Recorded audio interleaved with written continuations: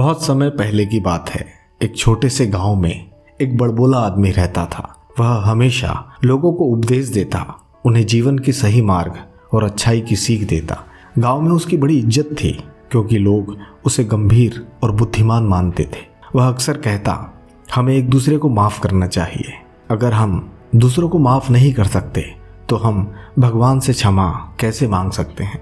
एक दिन वह आदमी गांव के चौक पर बड़ी भीड़ के सामने खड़ा था। लोग ध्यानपूर्वक उसकी बातें सुन रहे थे। उसने अपने भावुक स्वर में कहा, क्षमा केवल दूसरों को देने की चीज़ नहीं है, यह हमारे दिल को हल्का करने का माध्यम है। जो लोग दूसरों को माफ़ नहीं कर पाते वे सच्ची शांति और आनंद तक नहीं पहुंच सकते। उसके शब्द जैसे लोगों के दिलों में गूंज उठे। भीड़ उसकी बातों से मंत्रमुग्ध हो गई। हर कोई सोचने पर मजबूर हो गया कि क्या उसने सच में दूसरों को माफ़ किया है। जब उपदेश समाप्त हुआ तो वह आदमी अपने घर लौटने के लिए तैयार हुआ। उसने अपनी पत्नी का हाथ थामा और दोनों घर की ओर चल पड़े। रास्ते में उसकी पत्नी ने धीरे से कहा, मुझे आपसे कुछ कहना है।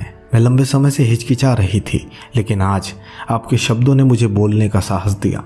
आदमी अभी भी गहरी सोच में डूबा हुआ था। उसने पत्नी की ओर देखा और प्यार भरे स्वर में पूछा, क्या बात है। पत्नी ने गहरी सांस ली और धीरे से कहा, मैंने तुम्हारी सोने की घड़ी बेच दी थी कुछ चीजें खरीदने के लिए जिनकी हमें वास्तव में जरूरत थी। मैंने यह तुम्हें बिना बताए किया है और अब मैं डर रही हूं कि कहीं तुम मुझसे नाराज न हो जाओ। पति का चेहरा अचानक सदमे से भर गया। उसने अपने आप को संभाला और चिल्लाया, तुमने ऐसा क्या किया? यह चोरी है। क्या तुमने मुझसे पहले पूछा? उसकी आवाज में गुस्सा और हताशा दोनों झलक रहे थे। पत्नी के चेहरे पर गुस्से का दर्द साफ दिखाई दे रहा था, लेकिन उसने धीरज से मुस्कुराते हुए कहा, मैं तुम्हें परखना चाहती थी।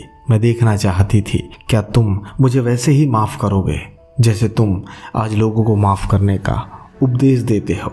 उसी क्षण आदमी चुप हो गया। वह स्तब्ध रह गया। उसे समझ आया कि उसकी पत्नी ने उसे न केवल परखा बल्कि एक गहरी सीख दी। वह सोच में पड़ गया कि वह दूसरों को उपदेश देता था, लेकिन खुद अपने जीवन में कभी भी पूरी तरह से अमल नहीं कर पाया था। पत्नी ने उसकी ओर देखा और कहा, सच्ची क्षमा दूसरों से नहीं अपने दिल से शुरू होती है। जब हम अपने गुस्से, अहंकार और क्रोध को छोड़ देते हैं तभी हम सच में माफ कर पाते हैं। जो उपदेश तुम दूसरों को देते हो उसका अभ्यास पहले अपने जीवन में करना जरूरी है। आदमी ने अपनी पत्नी को गले से लगा लिया। उसके भीतर गहरी समझ और शांति का अनुभव हुआ। उसे एहसास हुआ कि नैतिक शिक्षा केवल शब्दों में नहीं बल्कि कर्मों और जीवन जीने के तरीके में होती है। आज उसने अपने जीवन में पहली बार यह सीखा कि क्षमा और समझदारी का वास्तविक मूल्य तब समझ में आता है जब उसे अपने नजदीकी और प्यार करने वाले व्यक्ति पर लागू किया जाए।